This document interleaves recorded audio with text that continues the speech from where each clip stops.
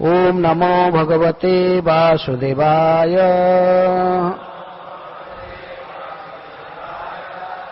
ओम नमः भगवते वासुदेवाय।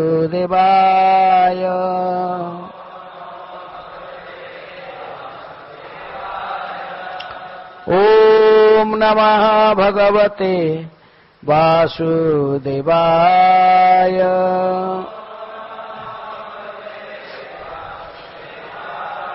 नारायणं नमस्कृत्य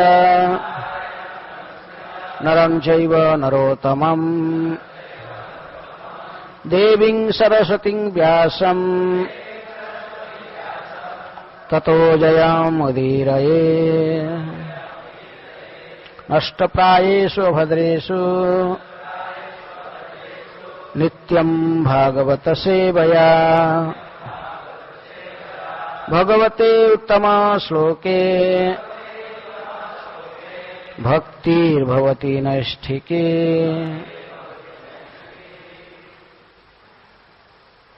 श्रीमद् भागवतम से पाठ, सप्तम स्कंध, प्रथम अध्याय, प्रथम श्लोक।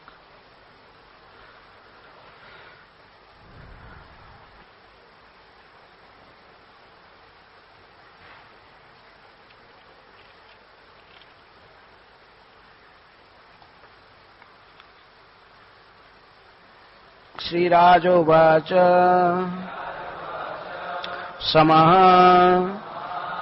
प्रियः सुहृत् ब्रह्मन् भूतानां भगवान् स्वयं इन्द्रस्य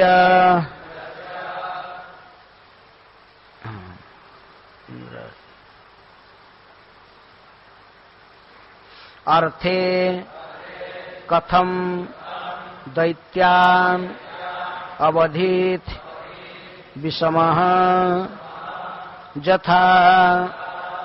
श्रीराजोवाच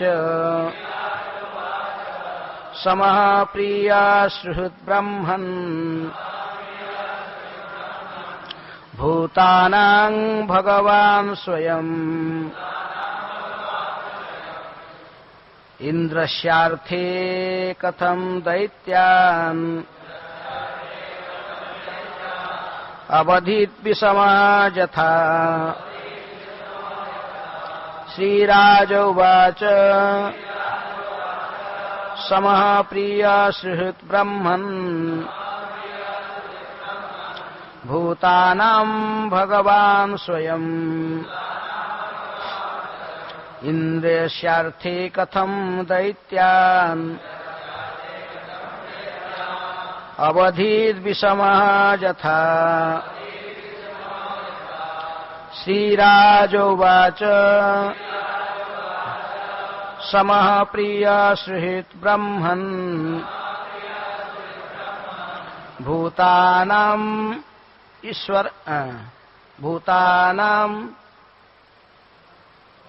भगवान् स्वयं इन्द्रस्यार्थे कथं दैत्यान् अवधीत विषमः यथा।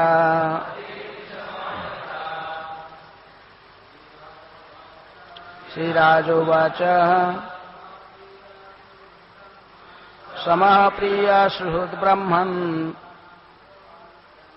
भूतानां भगवान् स्वयं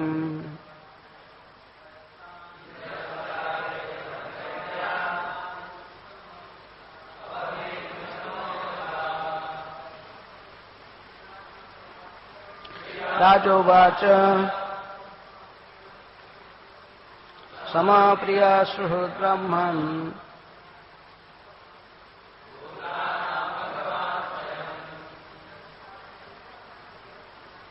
इन्द्रस्यार्थे कथं दैत्यान्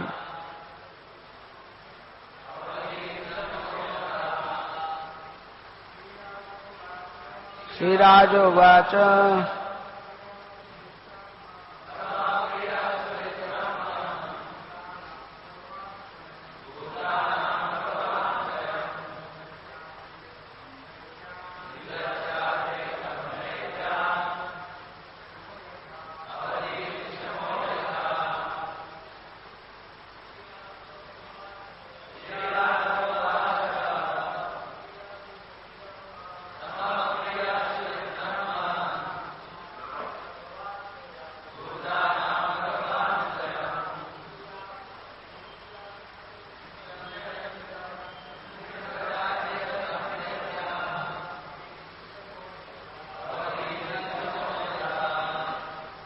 माताएं,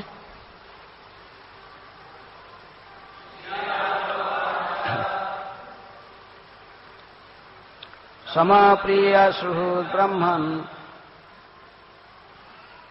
भूतानां भगवान् स्वयं इंद्रस्यार्थे कथं दैत्यान् अवधि विषमो यथा। शब्दार्थ। श्रीराज उवाच,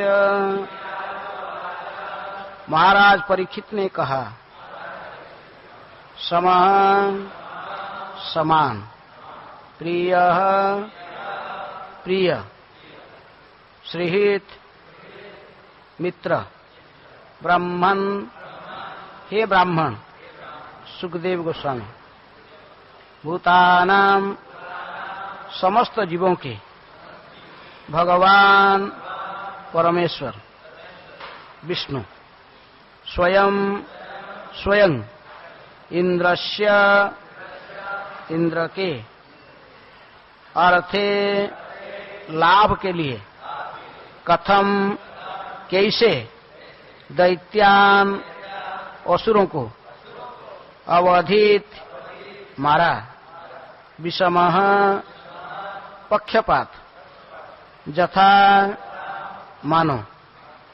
अनुवाद तथा तात्पर्य कृष्ण कृपा स्मृति अभय चरणारविंद भक्ति वेदांत स्वामी श्रील प्रभुपाद जी के द्वारा। जगत गुरु श्रील प्रभुपाद की जय।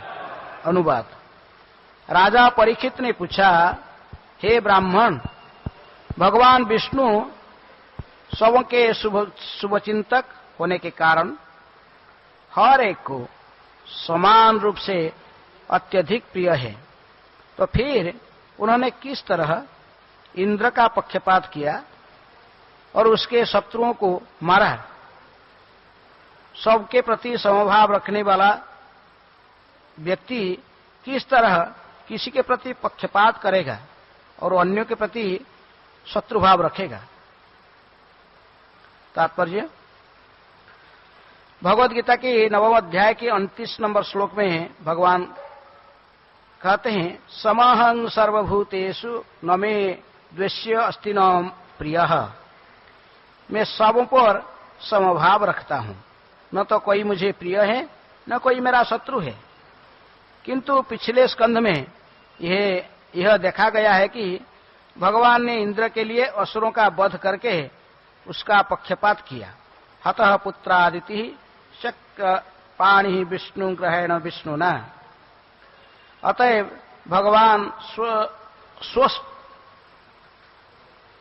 भगवान स्पष्टतः इंद्र के पक्षधर थे, यद्यपि वे सबके हृदय में स्थित परमात्मा है। जिस तरह सबको आत्मा अत्यंत प्रिय है, उसी प्रकार सबको परमात्मा भी प्रिय है।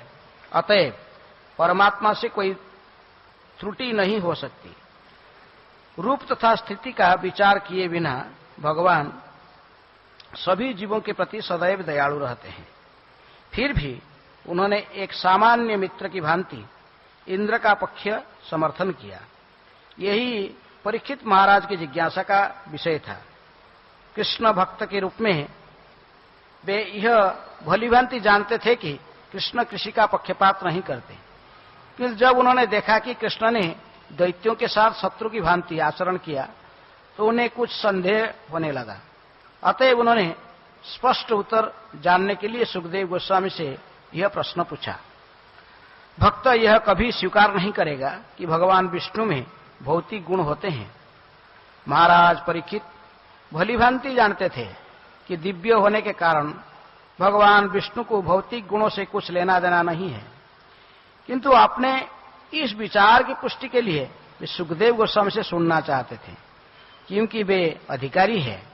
श्रील विश्वनाथ चक्रवर्ती ठाकुर कहते हैं, समस्य कथं वैषम्यम। क्योंकि भगवान समदर्शी है, अतः वे किसी का पक्ष ग्रहण क्यों करेंगे? प्रियस्य कथम असुरेषु प्रीत्यभाव। परमात्मा होने के कारण भगवान प्रत्येक को अत्यंत प्रिय है, तो फिर भगवान असुरों के प्रति निष्ठुरता क्यों बरतने लगेंगे? यह पक्षपात किस लिए? सुहृदश्च कथं तेषु सौहार्द्यम, क्योंकि भगवान कहते हैं कि वे सुहृदं सर्वभूतानाम, अर्थात समस्त जीवों के शुभचिंतक है, तो फिर वे दैत्यों का वध करके पक्षपात क्यों करते हैं? ये प्रश्न परीक्षित महाराज के मन में उठे। अतः उन्होंने सुखदेव गोस्वामी से ये प्रश्न किया। ओम अज्ञानातिमिरान्धस्य ज्ञानाञ्जनशलाकया चक्षुरुन्मीलितं येन तस्मै श्रीगुरुवे नमः। श्रीचैतन्यमनोभीष्टं स्थापितं येन भूतले स्वयं रूप कदा मह्यं ददाति स्वपदान्तिकम्।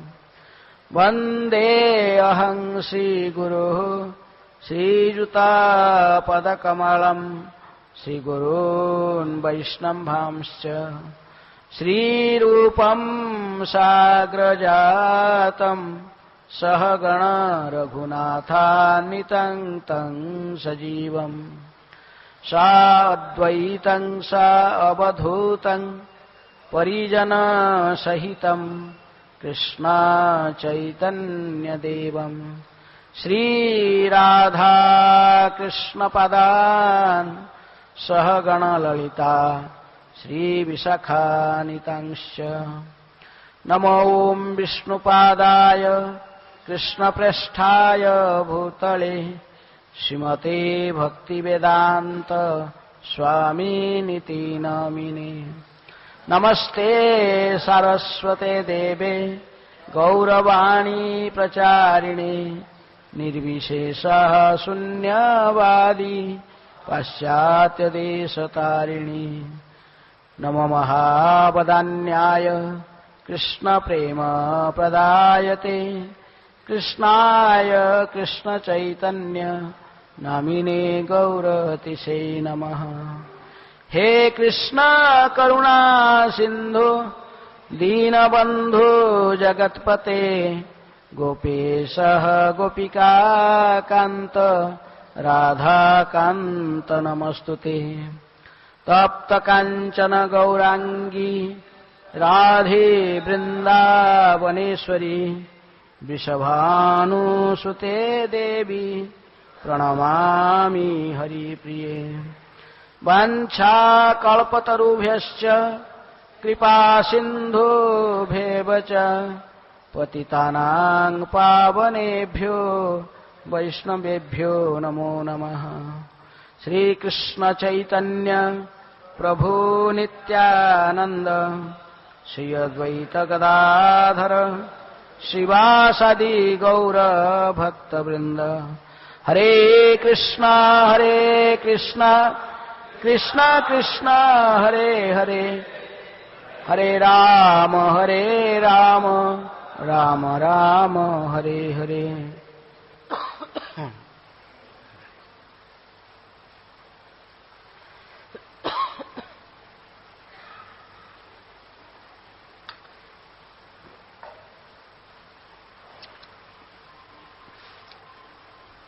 जत्पादपल्लवयुगं विनिधाय कुंभ द्वंद्वे प्रणाम समये सह गणाधिराज विघ्नान् विहन्तु मलमस्य जगत्त्रयस्य गोविंदमादिपुरुषं तमहं भजामि।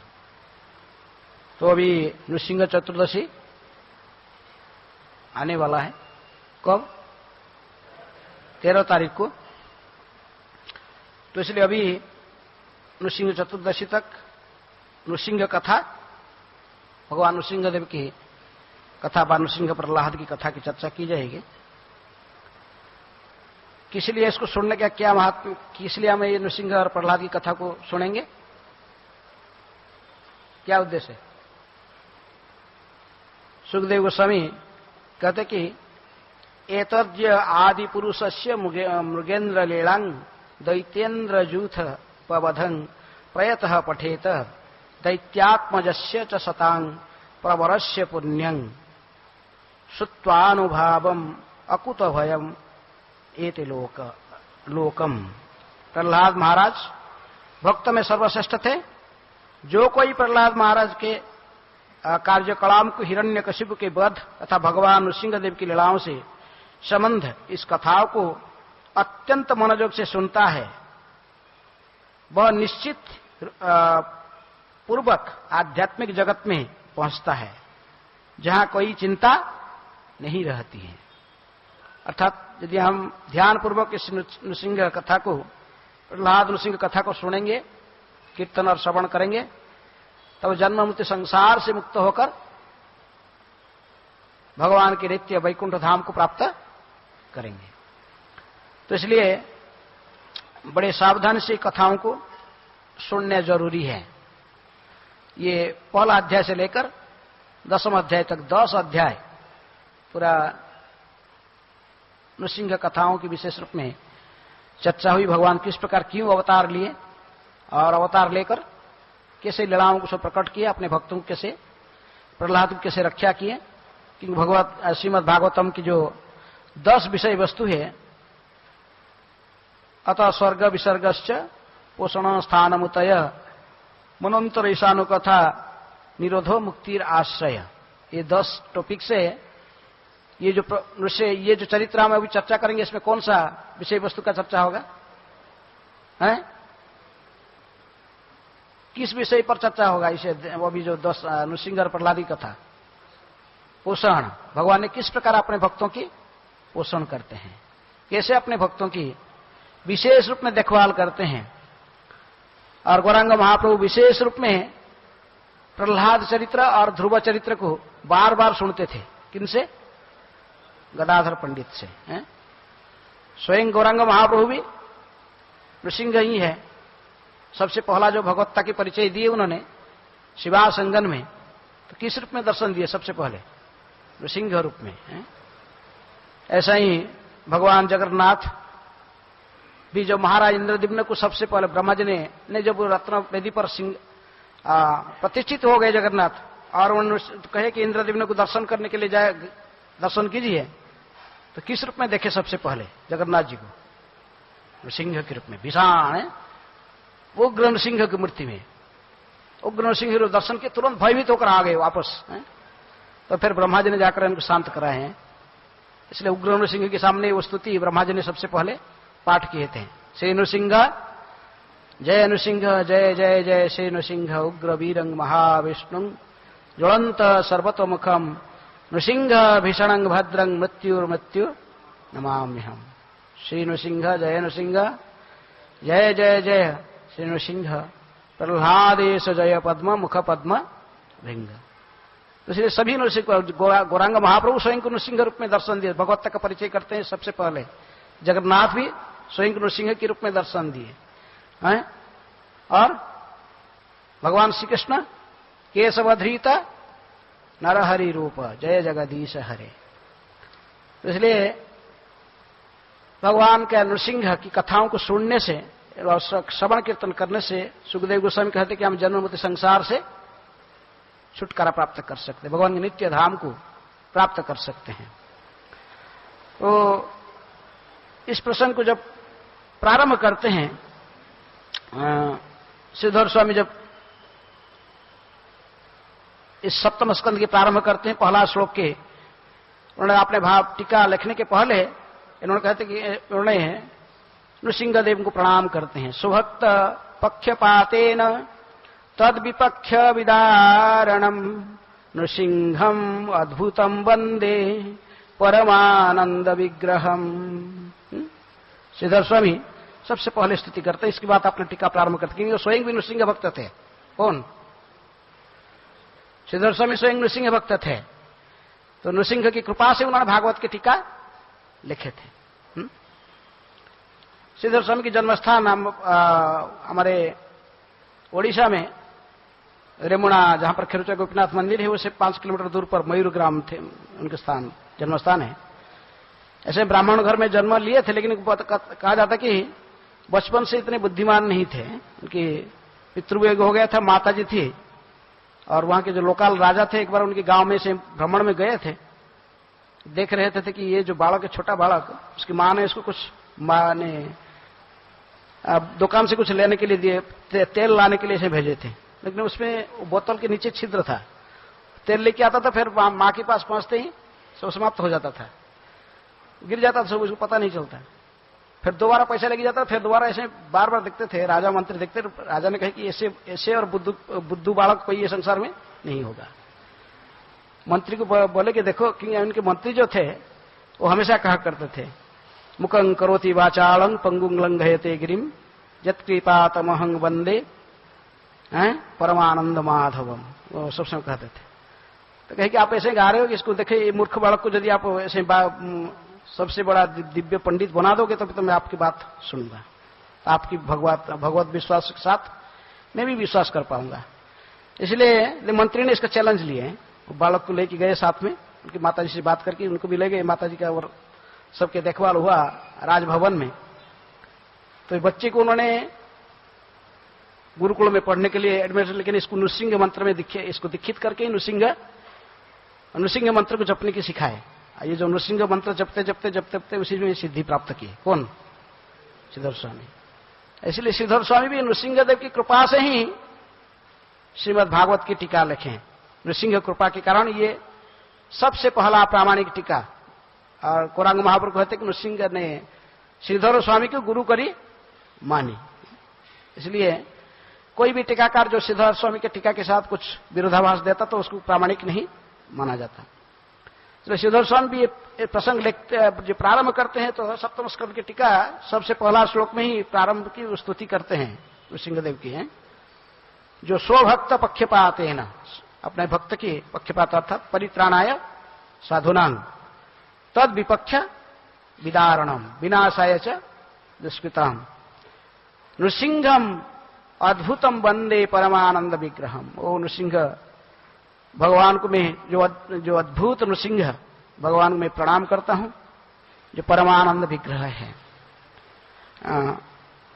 तो इस प्रकार दूसरे कि आप नृसिंह चतुर्दशी का, मैंने हम सोचते कि साधारण हमारे मन में जो आइडिया है कि नृसिंह चतुर्दशी के जो व्रत है उसको क्यों हम व्रत करते हैं, नृसिंह चतुर्दशी का विशेष व्रत क्यों पालन करते हैं, क्या कारण है? उस दिन नृसिंहदेव आविर्भाव हुए थे। कहां से? खंबे से। लेकिन पुराण में कहा गया कि नृसिंहदेव और खंबे के प्रकट होकर क्या किए थे? हिरण्यकशिपु विदारण। लेकिन हिरण्यकशिपु का पता था कि वरदान ये भी था कि पुराणों से 12 महीने में किसी महीने में मरेगा नहीं है? ये भी वरदान था। ये केवल नहीं कि जल से नहीं मरेगा, स्थल से नहीं मरेगा, आकाश में नहीं मरेगा, और दिन में नहीं मरेगा, रात में नहीं मरेगा, और किसी अस्त्र शस्त्र से नहीं मरेगा। इसी के साथ भी 6 ऋतु 12 महीना भी नहीं मरेगा, ये भी वरदान है उसको। बृहत नृसिंह पुराण से और पद्म पुराण से प्रमाणित है, वो 12 महीने में से भी किसी महीने में नहीं मरेगा, ये भी वरदान था। तो फिर कैसे उस दिन प्रकट हो कि इसको वध किए? फिर वैशाख शुक्ला चतुर्दशी जो हम नृसिंह चतुर्दशी के रूप में पालन करते हैं, तो उस दिन फिर कैसे वध किए भगवान को? तो बोला गया तो 12 महीने में नहीं मरेगा। फिर इसलिए कोई टीकाकार ऐसे कहते पत्र बोले वो मल मास में, अधिक मास में भगवान ने मारे थे इसको। किसको? हिरण्यकशिपु को। अधिक मास में, पुरुषोत्तम मास में भगवान ने उनको वध किए थे। लेकिन कोई, मैं एक भक्त को पूछ रहा था, तो संस्कृत पंडित है, तो वो कहा कि एक्चुअली वही वैशाख मास में, वो मल मास जो था, अधिक मास जो था, वैशाख मास के साथ ही वो अधिक मास आया था। इसलिए एक प्रकार के वो वैशाख मास ही है, वैशाख मास के साथ ही जुड़ा हुआ था अधिक मास।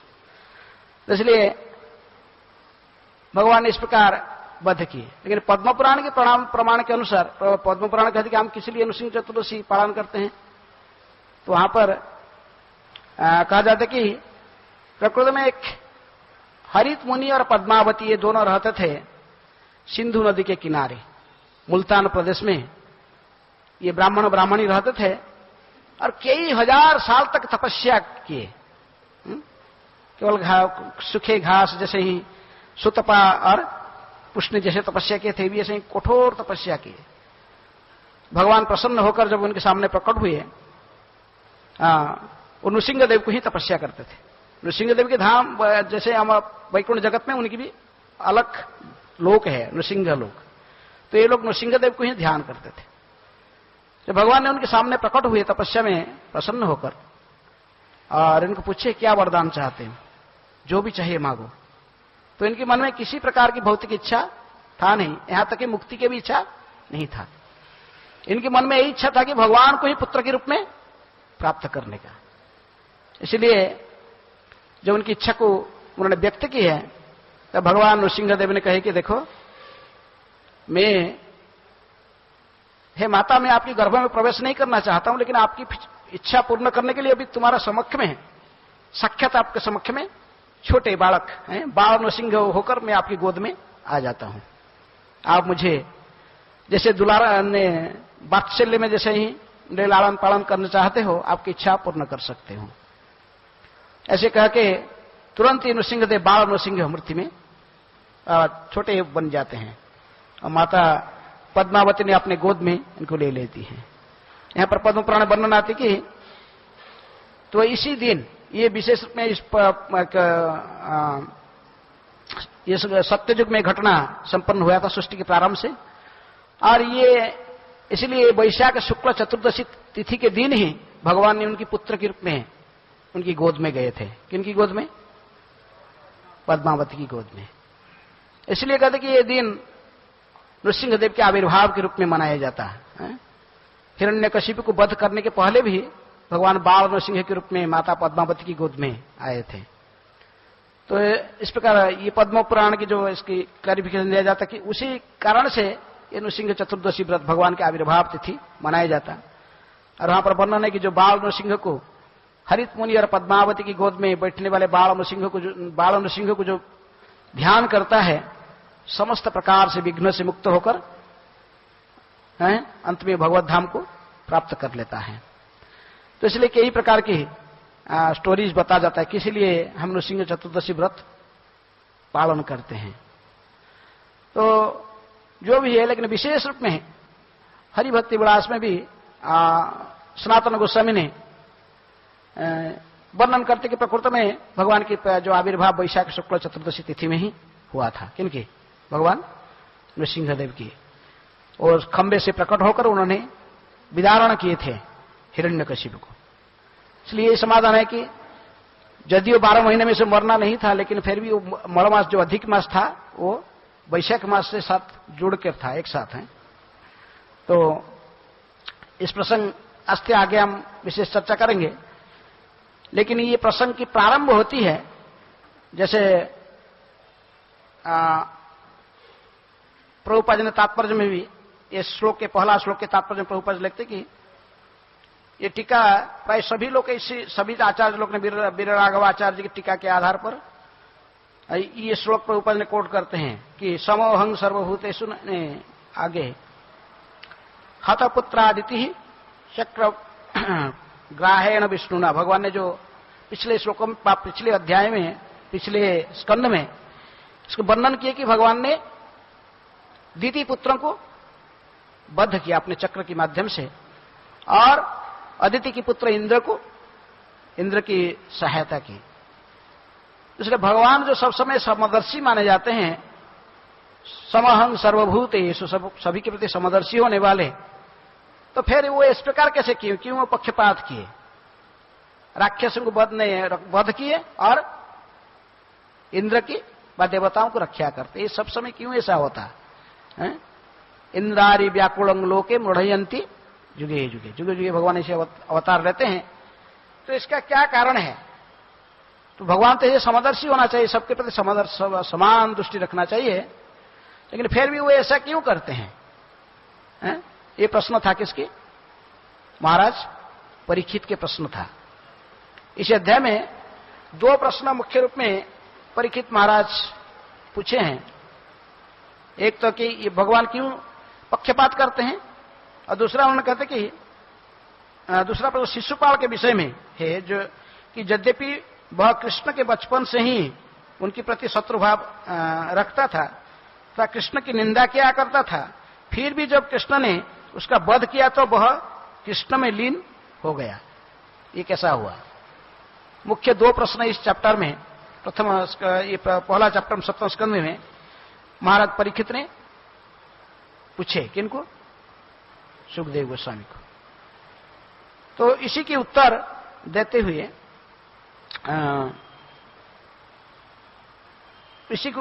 हुए परीक्षित ने, सुखदेव गोस्वामी ने समझाया।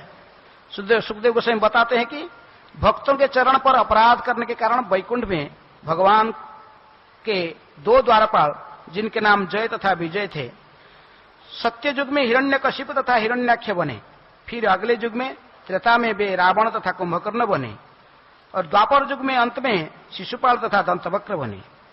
अपने सकाम कर्म से जय तथा विजय ने भगवान के शत्रु बने रहना स्वीकार किया और जब उसी मनोवृत्ति में उनका वध हुआ तो उन्हें सायुज्य मुख्य प्राप्त हुआ। इस तरह यदि कोई ईर्षावश भी भगवान का चिंतन करता है तो उससे मुख्य प्राप्त होता है। तो फिर उन भक्तों के विषय में क्या कहा जाए जो प्रेम तथा श्रद्धापूर्वक भगवान की सेवा में निरंतर लगे रहते हैं। तो भगवान पक्षपात किसी के नहीं करते हैं, लेकिन उसी श्लोक में भगवान ने कहते गीता के कि जे भजंती तुमांग भक्तिया, जो भक्त मेरी विशेष रूप में भजन करते हैं तो वो मेरे हैं और मैं उनकी हूं। तो इसलिए इसको बहुत सुंदर भाव से सुखदेव गोस्वामी परीक्षित महाराज को समझाते हैं। भगवान कभी किसी के पक्षपात कर ही नहीं सकते, बा किसी की अमंगल कर ही नहीं सकते हैं। वृंदावन दास ठाकुर कहते कि केहू माने केहू ना माने सभी तार दास, जेहू ना माने अपना गुणे से ही जाए नाश। कोई माने या कोई न माने, लेकिन सभी उनके दास है। किनके दास है? कृष्ण के। सभी भगवान के दास है। कोई स्वीकार करता है, कोई स्वीकार न करता है, लेकिन सभी भगवान के दास है। क्योंकि अहंग बीज प्रद पिता है। प्रत्येक जोनि में 84 लाख जोनि में एकमात्र बीज प्रद पिता कौन है? भगवान श्री कृष्ण ही। तो सभी के पिता होने के नाते हैं और किसी की अमंगल नहीं कर सकते, अपने पुत्रों की अमंगल नहीं करते हैं।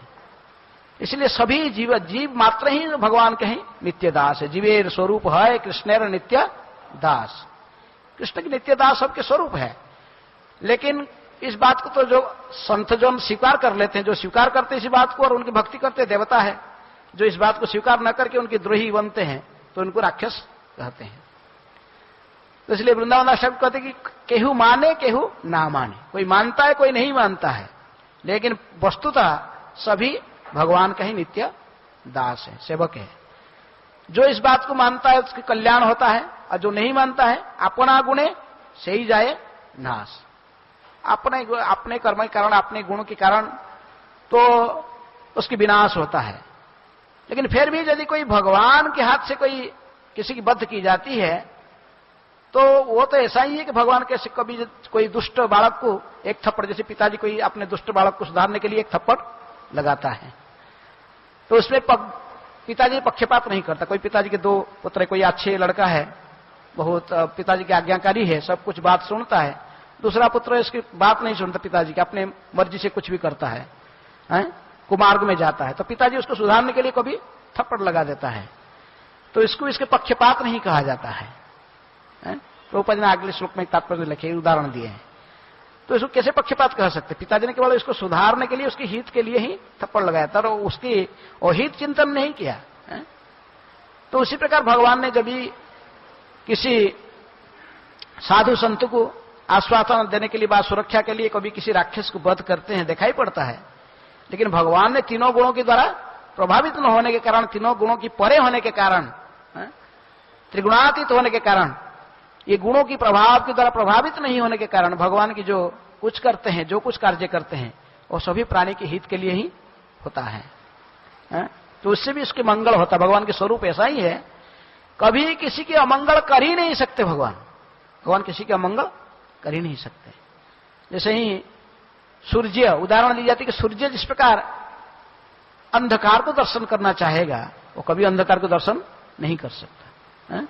जहां सूर्य जहां कृष्ण तहां नहीं माया अधिकार। उसी प्रकार जहां पर सूर्य है तो वहां पर छाया का, अंधार का स्थिति नहीं है। सामने सूर्य के सामने कभी अंधकार नहीं हो सकता।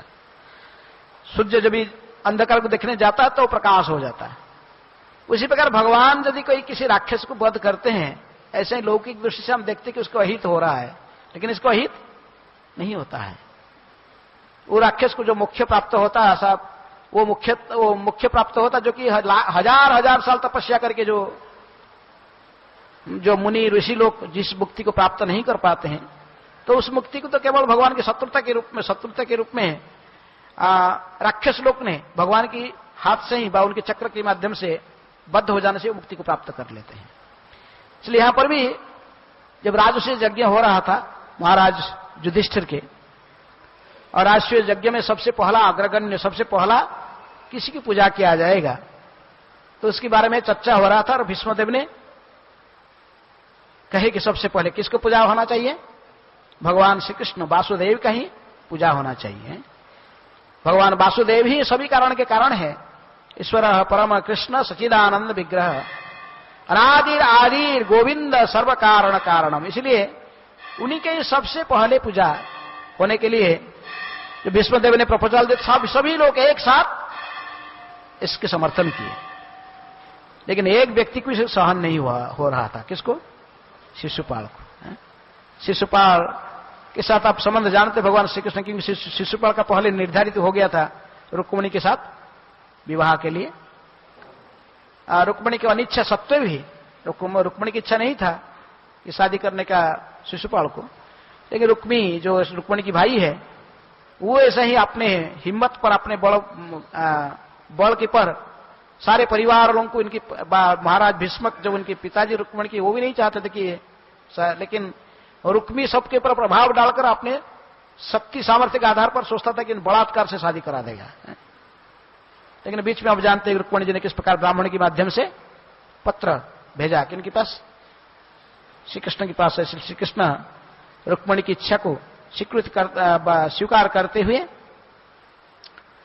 अकेले ही पधारे थे और रुक्मिणी को हरण करके ले गए थे स्वयंवर सभा से।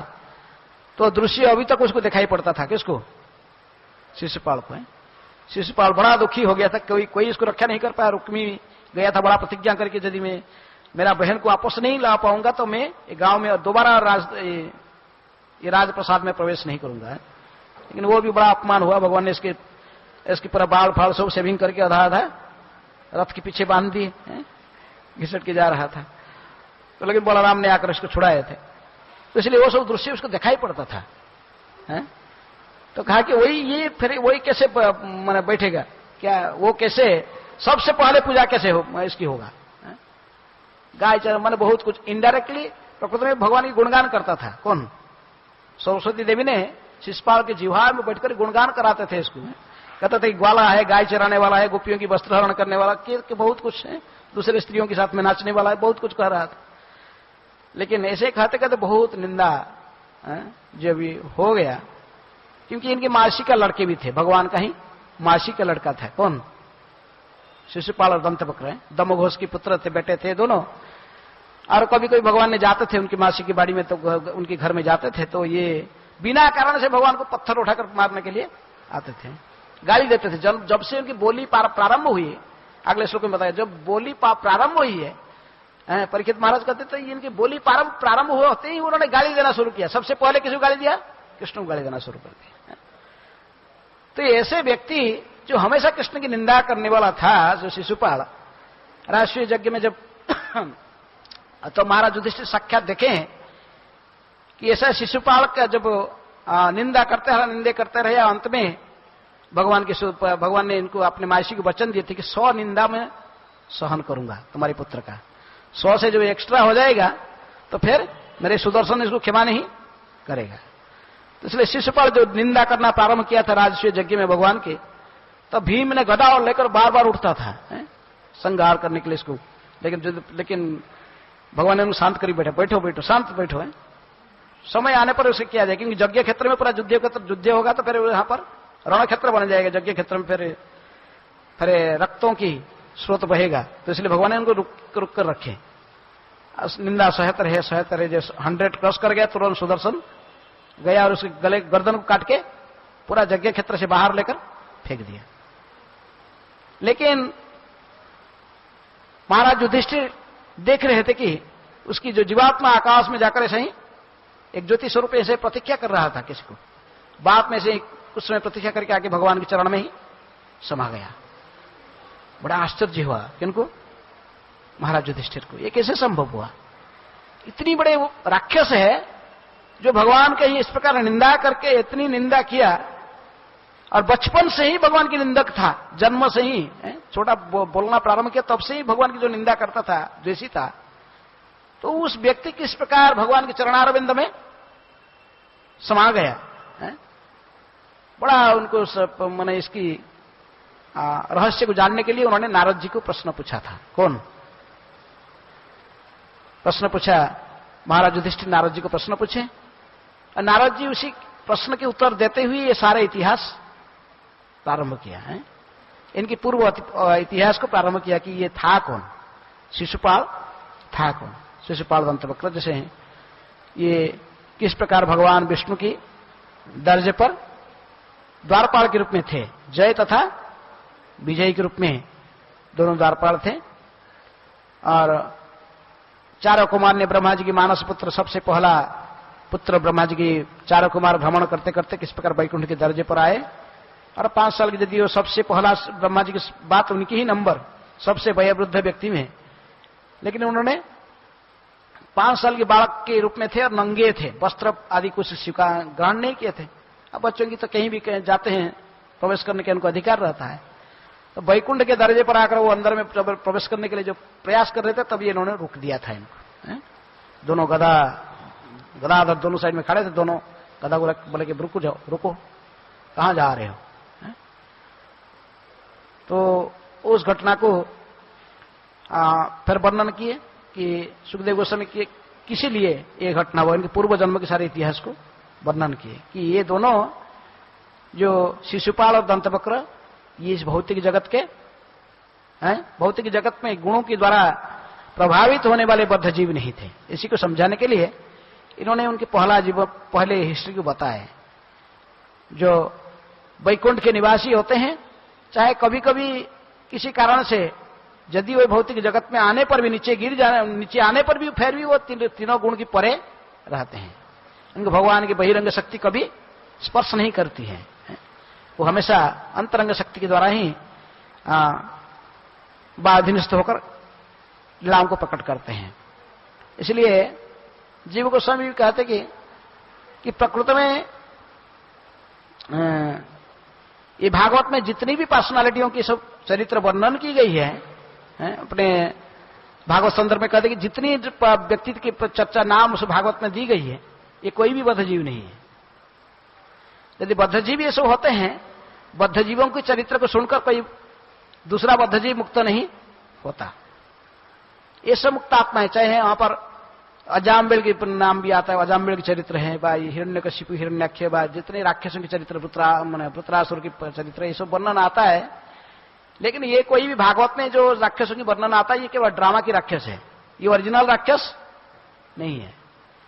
ये ओरिजिनल राक्षस होते हैं, और अब हमारे जैसे बद्धजीव होते हैं, फिर उन्हीं की चर्चाओं करके हम फिर मुक्तात्मा नहीं होते हैं। ये सभी मुक्तात्मा ही है। यहां की दृष्टांत दी गई इस प्रकार, ये कौन, जय विजय की, ये जब बात में आके हिरण्याक्ष हिरण्यकशिपु बने, ये वैकुंठ के दर्जे पर भगवान का ही द्वारपाल थे, वैकुंठ के दर्जे पर द्वारपाल थे, मुक्तात्मा थे। लेकिन चारों कुमार भ्रमण करते करते वहां पहुंचे। सुखदेव गोस्वामी फिर ने परीक्षित महाराज के प्रश्न आता है, ये कैसा है, माने जो भगवान के द्वारपाल वो कौन अभिशाप दे सकता है? ऐसा फिर कौन सा व्यक्ति है कि इनको भी अभिशाप देने में समर्थ है? और जो वैकुंठ के दर्जे पर थे वो फिर कैसे इस भौतिक जगत में कैसे गिर सकते हैं? ये सब प्रश्न इसी अध्याय में आगे, तो उसकी उत्तर अगला अध्याय से प्रारंभ होगी। भागवत में ये प्रसंग प्रकृति में इस प्रकार हिरण्यकशिपु और हिरण्याक्ष आए, तो उन्होंने पूछे कि ये कैसे संभव है, ये कौन सा व्यक्ति, ऐसा कौन सा व्यक्ति है जो कि इनको अभिशाप देने में समर्थ हो गए, भगवान के द्वारपालों को, और ये नित्य मुक्त होते हुए वो कहां से कैसे पतन हो गए भगवान के? क्योंकि वैकुंठ जगत से कहा जाता कि एक सूखा पत्ता भी नीचे नहीं गिरता है, कहते कि कुछ भी नहीं गिर सकता।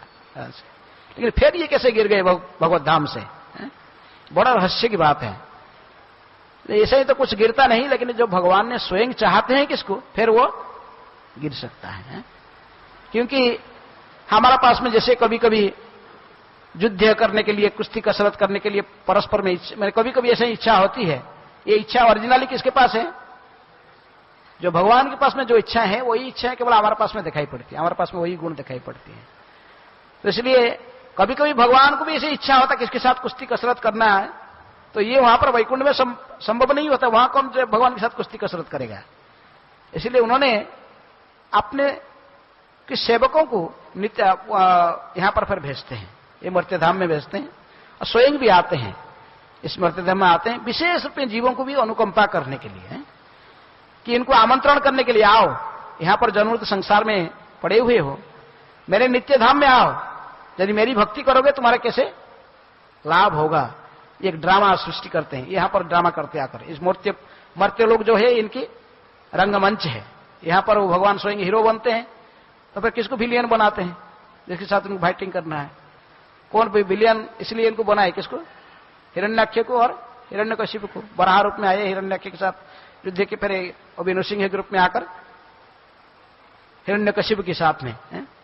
साधारण कोई ऐसे विलियन रोल लेना चाहता? कोई नहीं बनना चाहता, सभी हीरो बनना चाहते हैं। लेकिन ये बड़े सेवक है भगवान के, से राजी हो गए। पद्म पुराण में वर्णन आता है, प्रकृति में जब चारों कुमार ने इनको अभिशाप दिए कि नीचे पतन, माने उस वैकुंठ के दर्जे से फिर नीचे मर्त्यलोक में पतन हो जाने के लिए, राक्षस ध्वनि में जाने के लिए, तो भगवान ने स्वयं आकर पधार गए दर्जे पर।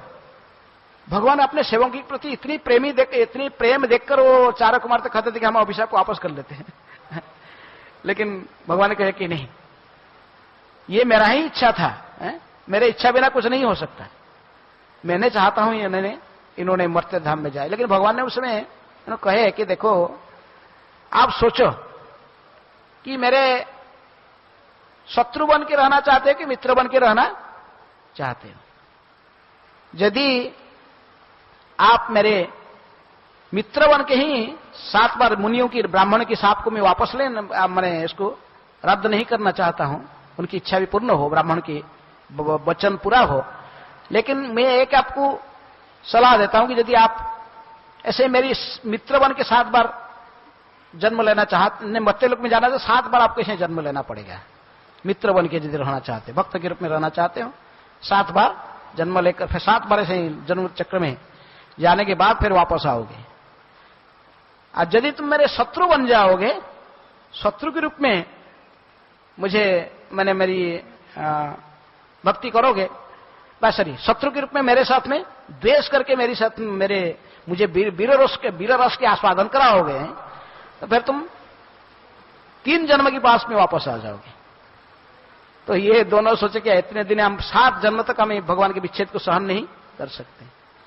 इसलिए उन्होंने स्वयं चुन लिया कि हम 3 जन्म के बाद वापस आएंगे, चाहे आपके शत्रु हमको बनना पड़े। और हम जानते हैं कि प्रभु, जय विजय ने कहे कि प्रभु हमको पता है कि आप वीर रस को आस्वादन करने चाहते हो, इसलिए आपको भौतिक जगत में कोई आपके समकक्ष व्यक्ति नहीं, कोई बद्धजीव आपके साथ में भूमिका निभाने के लिए सक्षम नहीं है। इसलिए आपने ही स्वयं ऐसा ही इच्छा करके हमको भेजते हैं भौतिक जगत में, हम आपकी इच्छा को पूर्ण करने के लिए हम तैयार हैं। ऐसे ही इच्छा को व्यक्त करके तुरंत जब इन्होंने स्वीकार किए, तुरंत पतित हो रहे थे, पतित होने लगे। बड़े दया आ गया किनको? चारों कुमार को। हमें क्या किए? भगवान को कह रहे थे कि हम अभिशाप वापस ले लें। भगवान कहे कि नहीं, इनको जाने दो। उन्होंने भी कहा कि ठीक है, आप लोग 3 जन्म के बाद फिर वापस आ जाओगे। कहा? अपने पोस्ट पर, अपने पद पर, ये जय विजय जो द्वारपाल के रूप में जो भूमिका निभा रहे थे वैकुंठ के दर्जे पर, उस पद फिर आपको प्राप्त हो जाएगा। इसलिए इनकी ये जो पतन होना केवल टेम्पररी है, वो भगवान की इच्छा को केवल पूर्ति करने के लिए। इसलिए वैकुंठ के जो निवासी होते हैं वो कभी हमारी तरफ गुणों के द्वारा प्रभावित नहीं होते हैं। इसलिए नित्य मुक्त जीव। तो इस कथा को इस अध्याय के अंत में संक्षेप में के लिए आभास के रूप में वर्णन करते कौन? सुखदेव गोस्वामी।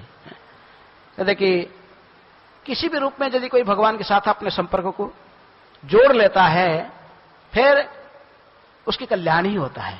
कामाद गोप्या भयाद कंस द्वेषात चैवादय नृप संबंधाद विस्मय स्नेहाद जुयम भक्त वयं विभु। उन्होंने कहते कि संपर्क कैसे भी जोड़ो भगवान के साथ में। काम के कारण, लस्टी डिजायर के कारण गोपियां भगवान श्री कृष्ण को देखे कि ये नंद के लाला है और इतनी सुंदर है, कंदर्प कोटि कमनीय विशेष शोभम, लेकिन इनकी सारी एकमात्र लक्ष्य केवल कृष्ण ही बने, कृष्ण की अलावा दूसरी किसी चिंतन नहीं करते थे। और कात्यायन को इन्होंने वर मांगा, कात्यायन देवी को वर मांगा, नंद गोप सुतंग देवी पतिंग में कुरुते मम, नंद गोप सुत को हमारा पति बना दो। इस प्रकार उन्हें काम भाव से भी बाह्य रूप से दिखाई पड़ता है कि अपने इंद्रिय तृप्ति की भावना लेकर, काम वासना की भावना लेकर भगवान के साथ में स्वयं को संपर्क को जोड़े तो इनकी भी कल्याण हुई। कामाद गोप्या भयाद कंस, कंस हमेशा भयभीत होकर भगवान की चिंतन करता था दिन रात 24 घंटे। नारद मुनि का इसलिए अपने मतामत दे रहे कि बौद्ध जीवों के लिए भगवान की अनुकूल भाव से इसको चिंतन करना बड़ा कठिन है। प्रतिकूल भाव से बहुत आसान से चिंता कर सकता कोई शत्रु बन के। नारद जी ने कहा कि मैं तो हैरान हो गया जब देखा कंस की भक्ति को, मैं स्वयं हैरान हो गया। क्या कंस है, कंस की चिंतन 24 घंटे कृष्ण की चिंतन, कृष्ण भावना में। भक्त की भी ऐसी चिंतन नहीं हो सकता है। सुबह उठ के ही सोता है भी रात भर स्वप्न देखता, किसको सो नहीं पाता, तुरंत उठ जाता, जग जाता है, आ गया कृष्ण। और यदि पानी भी तब उसके पत्नी नहीं, उसके पत्नी भी सामने आ जाती थी तो पत्नी की देखकर ही सोचते कृष्ण आ गए, तरवल निकाल लेता था। 24 घंटे स्थावर जंगम सब प्रत्येक वस्तु में कृष्ण दर्शन होते थे। किसको? जैसे उत्तम वैष्णव के लिए कहा गया स्थावर जंगम देखे न देखे तार मूर्ति, सर्वत्र है तार इष्ट देव स्फूर्ति। तो कांग्रेस को ऐसा सर्वत्र इष्ट देव स्फूर्ति हो रहे थे, सर्वत्र दिख रहा था। पानी पीने के लिए दिखता, पानी के अंदर उसको कृष्ण दिखाई पड़ते थे। खाना खाने जाता था, खाना में कृष्ण दिखाई पड़ते थे। द्वेष के कारण, भगवान के प्रति इसे द्वेष भाव रखने के कारण इसको पता था कि मैं भगवान इसके हाथ में मरूंगा। वो भविष्यवाणी इसको याद हो रहा था, स्वर्गवाणी, स्वर्ग से देवता लोग ने आभास दिया था कि अष्टम गर्भ, देवकी के अष्टम गर्भ तुझे मारेगा। इसलिए भयाद कंस, भय से सब समय चिंतन करता था। भयाद कंस द्वेषात चैवादय नृप, ये चदिवंशी दमोघोष की पुत्र कौन? शिशुपाल और दंतवक्र। ये द्वेष के कारण भगवान के प्रति हमेशा इनकी चिंतन करते थे। द्वेष के कारण इनके कैसे इनके नुकसान पहुंचाए, इन कैसे मारेंगे, कृष्ण को मार डालेंगे, ऐसे भावना लेकर हमेशा उनकी चिंतन करते थे। द्वेषात चैवादय नृप संबंधात वृष्णवंशी, भगवान के साथ में अपने संबंध को समझते हुए कि ये हमारा वंश के वंश में जन्म लिया है, जदुवंशी है, जदुवंश में जन्म लिया है, जादव है, ऐसे ही सोचते हुए अपने संबंधी सोचते हुए भगवान के साथ, भगवान के बारे में हमेशा चिंतन करते थे। और कहे कि है युधिष्ठिर महाराज, आप और पांडव आपके जो भाई हैं, आप कृष्ण को समझते, संबंधी ने कैसे? स्नेह के कारण है, आपके मामा के लड़का है, ऐसे अत्यधिक स्नेह के कारण आप उनको सब समय चिंतन करते हो। और भक्त्या वयं विभु, हम जैसे भक्त, नारद मुनि कहते हैं हम जैसे भक्त हैं, हम शुद्ध भक्ति योग के माध्यम से इनके स्मरण रखने के लिए प्रयास करते हैं। तो इसलिए किसी न किसी रूप से कोई यदि संपर्क को जोड़ देता है कृष्ण के साथ, उसकी कोई हानि नहीं पहुंचने वाला, चाहे शत्रु भाव से हो या मित्र भाव से हो। यदि ये जैन केन प्रकारेण कृष्णे मन निवेशय, किसी न किसी उपाय से कृष्ण के चरणारविंद में मन को निवेश कर देना, ये नारद मुनि की रिकमेंडेशन है। लेकिन फिर भी रूप गोस्वामी क्या कहते हैं? भक्ति क्या प्रकृत रूप क्या है? उत्तम भक्ति का अर्थ ही अन्याभिलाषित शून्यम ज्ञान कर्मादि अनावृतम अनुकूल्येन कृष्ण अनुशीलनम भक्ति उत्तम। उत्तम भक्ति का अर्थात अनुकूल्येन कृष्ण अनुशीलनम, always remember Krishna, never forgets him, स्मर्तव्य सततं विष्णु, विस्मर्तव्य न जातुचित। लेकिन रूप गोस्वामी कहते कि अनुकूल्येन, अनुकूल्येन कृष्ण अनुशीलनम।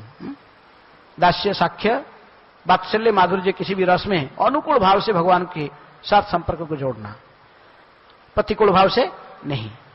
लेकिन यदि किसी कारण से किसी राक्षस भी यदि ऐसे प्रतिकूल भाव से भी, जैसे दमोघोष के पुत्र शिशुपाल दंतवक्र अपने संबंध को जोड़े, तो उसी से भी उनकी कल्याण हुआ। उन्होंने फिर भगवान को प्राप्त किए। इसलिए इसको समझाते हुए इस अध्याय में अंत में इस इतिहास को बताते हैं परीक्षित महाराज को, सुखदेव गोस्वामी, कि किस ये जो कौन थे शिशुपाल और दंतवक्र, ये थे कौन, इनके पूर्व जन्म का इतिहास को बताते हैं, बता रहे हैं कि ये सबसे पहले जब चारों कुमार के अभिशाप से भौतिक जगत में गिरे, सबसे पहले इन्होंने ये दोनों राक्षस के अवतार राक्षस के रूप में जन्म लिए। कश्यप और दिति के पुत्र के रूप में, दिति की गर्भ से ये दोनों जन्म लिए। इनके नाम था हिरण्याक्ष और हिरण्यकशिपु। ये दोनों के बड़े कौन था, छोटा कौन था? हिरण्याक्ष बड़ा, लेकिन प्रकृति में भूमि मातृगर्भ से जन्म लिया था सबसे पहले हिरण्याक्ष जन्म लिया था, बाद में हिरण्यकशिपु जन्म लिया था।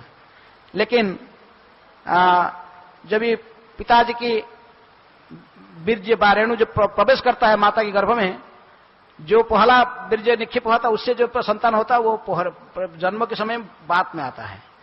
इसलिए जो जामज पुत्र होते हैं, इसलिए सबसे पहला प्रकृति में हिरण्यकशिपु का शरीर का निर्माण हुआ था मां के गर्भ में, इसलिए इसको बड़ा कहा जाता है। लेकिन जन्म जब हुआ था सबसे पहले तो हिरण्याक्ष जन्म हुआ था, बाद में हिरण्यकशिपु आया था।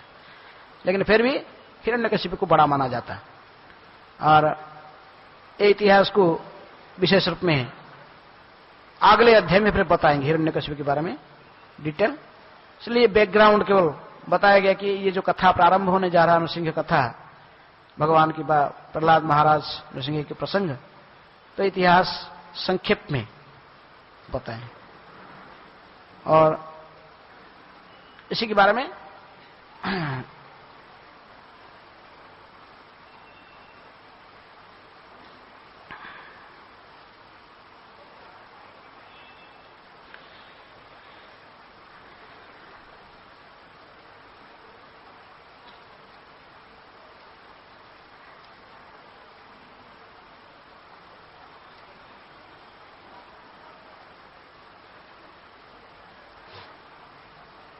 अतएव यदि कोई बद्ध जीव किसी तरह शत्रुता या भक्ति, भय, स्नेह या विषय वासना द्वारा इनमें से सभी या किसी एक के द्वारा अपने मन को भगवान के पर केंद्रित करता है, तो परिणाम एक सा मिलता है। क्योंकि अपने आनंदमय स्थिति के कारण भगवान कभी भी शत्रुता या मित्रता द्वारा प्रभावित नहीं होते। ये तात्पर्य प्रभुपाद ने वही समझाते कि हमको फिर भी प्रतिकूल भाव से भगवान का चिंतन करना श्रेयस्कर नहीं है, अनुकूल भाव से भगवान का चिंतन करें।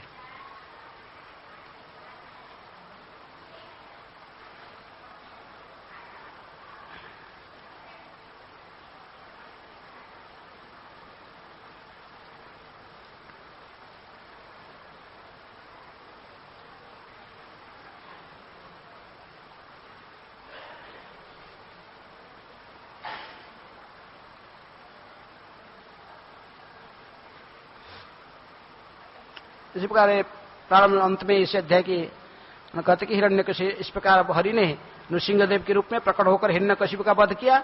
जब भगवान गर्भोदक सागर में गिरी हुई पृथ्वी का उद्धार कर रहे थे तो हिरण्याक्ष ने उन्हें रोकने का प्रयत्न किया, और बाद में भगवान ने बराह के रूप में हिरण्याक्ष का वध कर दिया।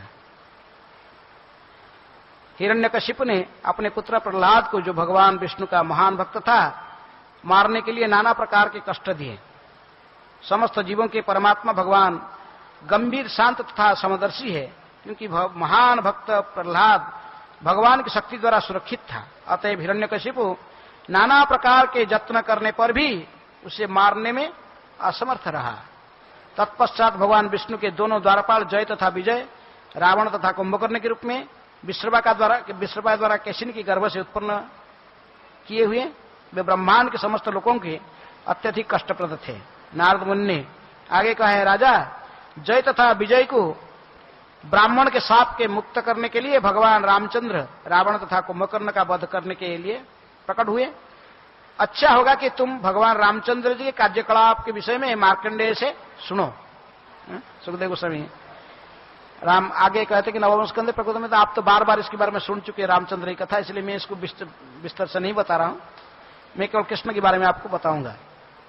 भगवान विष्णु के ये दोनों पार्षद जय तथा विजय दीर्घकाल तक शत्रुता का भाव बनाए रहे, इस प्रकार कृष्ण के विषय में सदैव चिंतन करते रहने से भगवत धाम जाने पर उन्हें पुनः भगवान की शरण प्राप्त हो गई। महाराज युधिष्ठिर ने पूछा, हे नारद मुनि, हिरण्यकशिपु तथा उनके प्रिय पुत्र प्रहलाद महाराज के बीच में ऐसी शत्रुता क्यों थी? प्रहलाद महाराज भगवान कृष्ण के इतने बड़े भक्त कैसे बने? कृपया यहां मुझे बताएं। और उसकी चर्चा अगले अध्याय से ही प्रारंभ होगी। कोई किसके प्रश्न है? 5 मिनट का है। हाँ है? हाँ, जैसा ही है हमारा सब जो कवि जी बोलते हैं कि द्वेष को कैसे, द्वेषी व्यक्ति कैसे भक्ति कर सकता है, लेकिन द्वेष के कारण ये इनके शत्रु बने।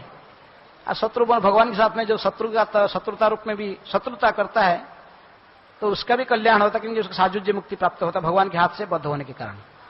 लेकिन ऐसा ही कहते काम, जो हमारा जो शत्रु मुख्य काम, क्रोधो, लोभो, मोहो, मदम, आश्चर्य, ये 6 शत्रु हैं।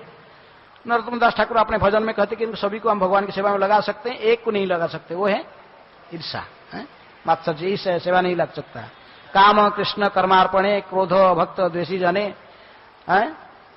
लोभ साधु संगे, हरि कथा आदि ऐसे ही इनको लगा सकते। लेकिन जो ईर्षा है, लेकिन फिर भी भगवान ने नवम स्कंद जब राम कथा को पढ़ोगे 2 चैप्टर में सुखदेव गोस्वामी रामचंद्र की लीला करते, लेकिन वहां वरदान देते इस राम कथा को सुनने और पढ़ने वाला का क्या लाभ होता है।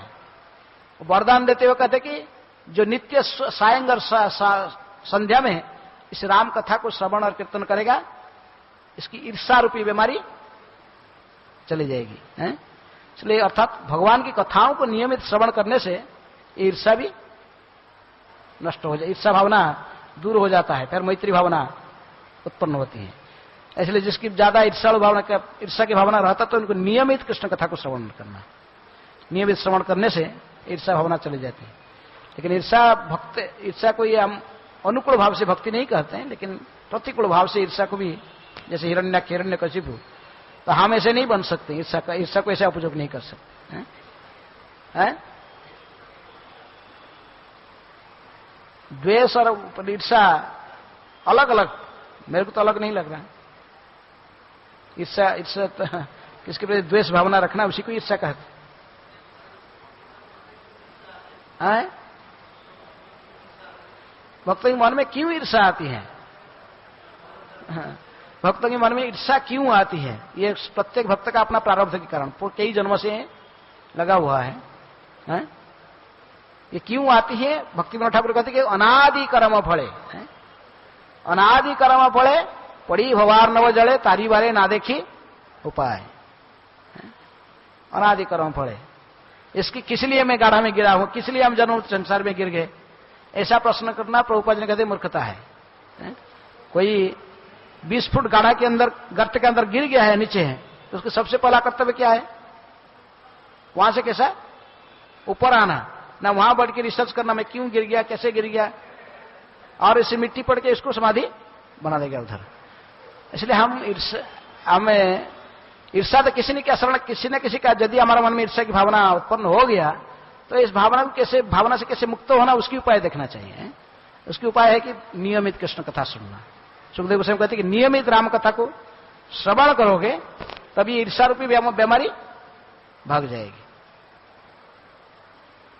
ठीक है?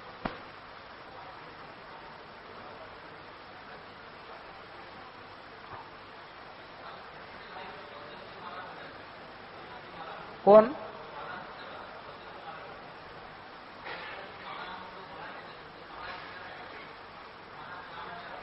कौन सा माला? हाँ, तो माला में 5 वैरायटी के फूल है, तो वही जयंती माला कहते हैं इसको। 5 अलग अलग वैरायटी के फूल होना चाहिए।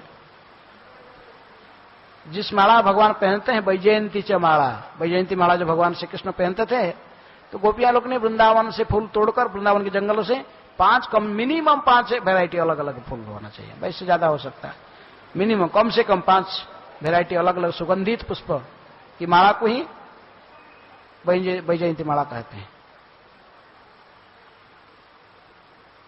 ठीक है। हाँ।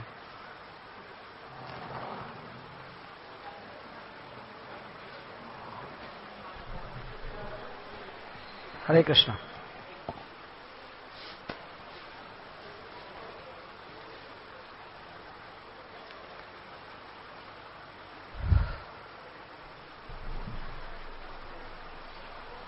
हरे कृष्ण महाराज। हरे कृष्ण महाराज। आगे ऐसा प्रसंग आता है कि जब जोर से कुछ सुनाई नहीं पड़ रहा। हरे कृष्ण हरे कृष्ण हरे कृष्ण महाराज। आज आगे ऐसा प्रसंग आता है कि जब कुछ समझ में नहीं, यहां तक आवाज नहीं आता, पास में आ जाओ।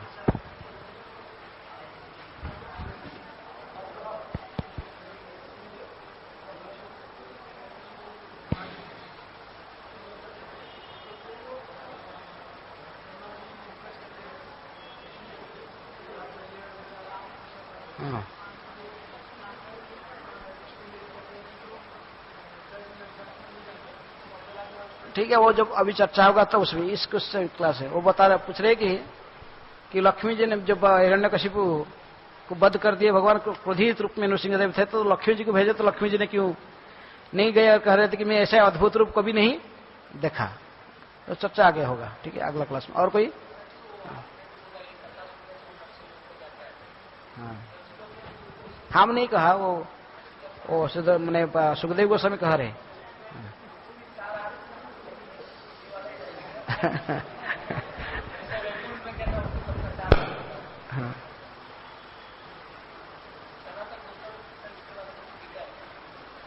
हम साधारणतः कृष्ण भक्त जब नृसिंह कथा को हम सुनते हैं तो भक्ति की बाधाओं को नष्ट करने के लिए भक्ति प्रभुपाद जी ने इस नृसिंह मंत्र सबसे पहला दिया कहां पर है?